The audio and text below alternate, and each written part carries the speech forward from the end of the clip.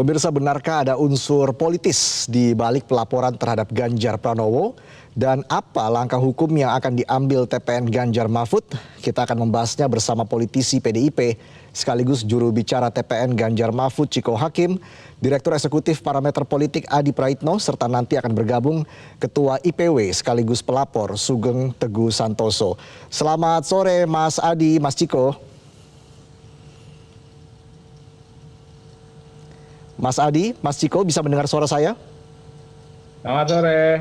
Oke, baik. Saya langsung ke Mas Ciko. Mas Ciko, jadi seperti apa tanggapan TPN dengan adanya laporan dugaan gratifikasi ini dari IPW kepada Ganjar Pranowo? Kenapa TPN menilai ini unsur politisnya begitu kental, Mas Ciko?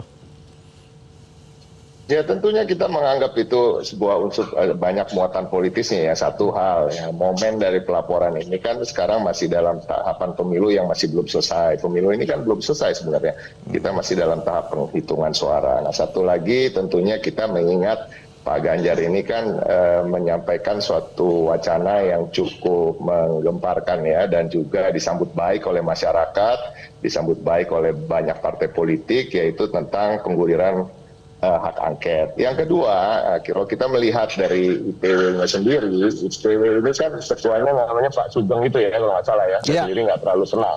Tapi yang saya tahu adalah beliau adalah kader dari Partai Solidaritas Indonesia yang sekarang ini sedang banyak disorot terkait dengan penggelembungan suara, dugaan-dugaan penggelembungan suara, kecurangan-kecurangan yang melibatkan juga diduga melibatkan penyelenggara pemilu dan juga kekuasaan tentunya, apalagi karena PSI ini kan dicurigai dekat sekali dengan kekuasaan itu dan sangat berdasar ketika ketua umumnya adalah putra dari presiden. Nah, ini saya melihatnya tentunya adalah bagian dari sensasi aja, karena kita kan nggak tahu apa yang dibawa oleh Sugeng ke KPK gitu, bukti-bukti seperti apa, tapi kan tentunya ini menjadi pembahasan.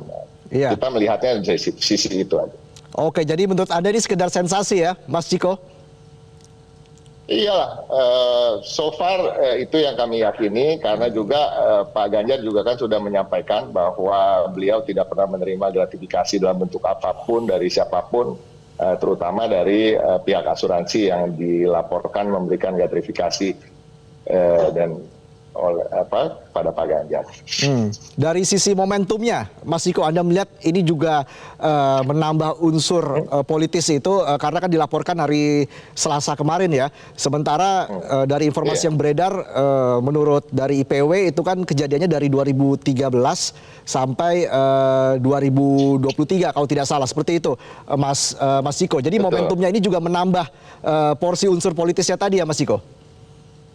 Benar sekali, dan itu tadi yang saya sampaikan, kebetulan juga kan Ketua IPW adalah kader PSI yang dalam hari-hari ini tentunya sedang disorot terus-menerus terkait dengan penggelembungan suara yang diduga dilakukan untuk meloloskan dia ke parlemen. Ini satu hal. Dan yang kedua tentunya ada lagi yang saya ingin sampaikan gitu, maksudnya IPW ini kan Indonesia Police Watch ya. Saya sendiri kurang tahu kiprahnya begitu banyak ya, tetapi tentunya dari namanya aja sebagai watchdog yang mengawasi perilaku dan kegiatan-kegiatan dari Kepolisian Republik Indonesia. Dan ketika saya buka websitenya, saya membacakan fungsi-fungsi yang ada di dalam website tersebut. Tidak ada satupun mengatakan bahwa terkait dengan fungsi melaporkan korupsi seseorang gitu. Jadi menurut Anda ini terkesan dipaksakan begitu, walaupun sebelumnya juga IPW pernah melaporkan mantan Wamenkumham, Edi Hiaric.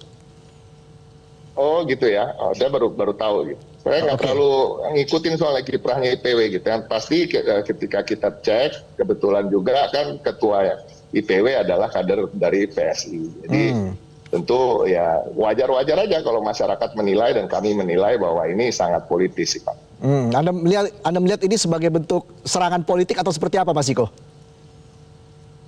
Bentuk serangan dan bentuk pertahanan juga yang saya sampaikan ya kan, pertahanan karena mereka memang sekarang sedang disorot gitu, Partai Solidaritas Indonesia terkait dengan penggelembungan suara. Maksud Anda ini pengalian isu untuk dari kasus penggelembungan suara itu? Begitu. Bisa upaya untuk itu. Saya rasa ini upaya ini juga nggak akan lama karena pembicaraan terkait ini juga nggak akan lama kan, kita akan tahu bahwa KPK nanti akan melihat sendiri, dan kami yakin bahwa bukti-bukti yang dibawa itu juga nggak kuat. Oke, baik, saya langsung ke Mas Adi. Mas Adi, Anda melihat ini sekedar sensasi saja atau memang nuansa politiknya sangat kental dari laporan IPW ini, Mas Adi? Ya saya kira memang begitu banyak publik yang bertanya-tanya soal pelaporan ini Mas ya. Ini bukan hanya terkait dengan Ganjar yang calon presiden ya. Kasus korupsi di Indonesia itu banyak. Bahkan belakangan ini ada podcast salah satu media ternama yang bicara tentang soal ada oknum menteri tertentu yang misalnya terindikasi soal jual beli izin misalnya. Tapi itu nggak dilaporkan. Justru ini yang dilaporkan ada hal-hal yang memang saat ini terkait dengan politik di 2024. Jadi mestinya satu hal ya, kalau bicara tentang isu-isu dan kasus-kasus korupsi, saya kira cukup banyak di negara ini yang saya kira melibatkan banyak oknum, banyak elit-elit yang saya kira juga kalau mau jujur ya harus dilaporkan semua. Jangan hanya satu orang gitu loh Mas. Itu satu. Yang kedua, tentu ini pasti akan dikait-kaitkan dengan dugaan-dugaan unsur-unsur politis ya, dan dugaan-dugaan untuk membangun opini publik bahwa seakan-akan ini adalah sebagai upaya gitu ya untuk menghentikan manuver-manuver politik dari pihak-pihak yang misalnya selama ini mengusulkan soal hak angket ya yang terkait di DPR terkait dengan kecurangan pemilu yang saat ini sudah mulai ramai dibicarakan. Padahal hak angket itu kan baru dibicarakan, baru diomongkan dan belum menjadi usulan resmi di DPR ya, baik secara individu ataupun oleh fraksi-fraksi tertentu. Jadi hal-hal yang semacam ini sebenarnya yang menjadi perdebatan publik. Makanya Mas, kalau memang kita melihat gerakan-gerakan anti korupsi di Indonesia, mestinya yang dilaporkan itu banyak hal, bukan hanya satu atau dua orang yang memang memasuki tahun politik dan itu menjadi bagian dari kontestan di Indonesia. Sama halnya pertanyaan ini juga kan disampaikan kepada pihak-pihak yang mencoba untuk melaporkan Muhaimin Iskandar ataupun Anies Baswedan beberapa waktu yang lalu. Pertama, kenapa elit-elit itu saja yang dilaporkan? Kalau memang kasusnya lama, kenapa nggak dari dulu dilaporkan?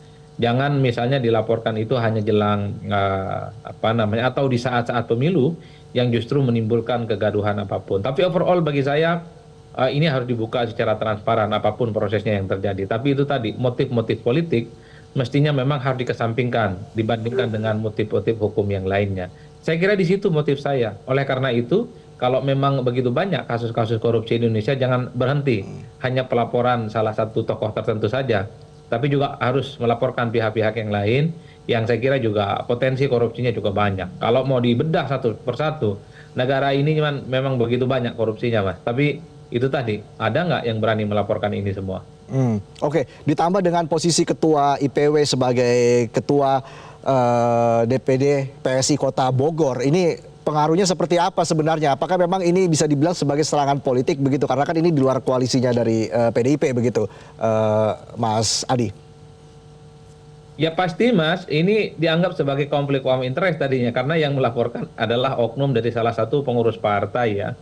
Kalau yang melaporkan ini adalah organisasi NGO ataupun non-governmental organization yang selama ini memang cukup konsisten mengawal isu-isu yang terkait dengan korupsi seperti kawan-kawan ICW misalnya. Jadi apapun yang dilakukan oleh mereka publik tidak akan curiga karena yang dilaporkan itu adalah kasus-kasus besar yang menjadi common sense publik, menjadi isu-isu publik.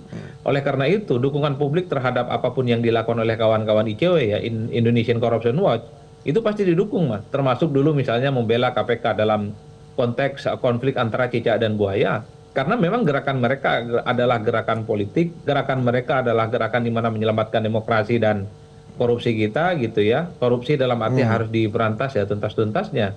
Tapi kalau tiba-tiba misalnya ada satu organisasi politik yang cara melaporkannya juga terkesan dalam tanda kutip pilih-pilih ya, tentu orang wajar kalau bertanya-tanya. Makanya kalau kita bisa tracking satu persatu ya, organisasi seperti ICW, kredibilitas organisasi dan gerakan politiknya pasti mendapatkan begitu banyak apresiasi, diteliti oleh orang, ditulis oleh orang, disupport oleh banyak orang gitu ya, dan seterusnya dan seterusnya. Bagi saya kalau betul ada begitu banyak kasus korupsi Indonesia, mestinya harus dilanjutkan dan jangan berhenti di satu orang. Oke, baik, kita jeda dulu, nanti kita lanjutkan perbincangan usai jeda. Tetaplah bersama kami pemirsa di Prime Time News.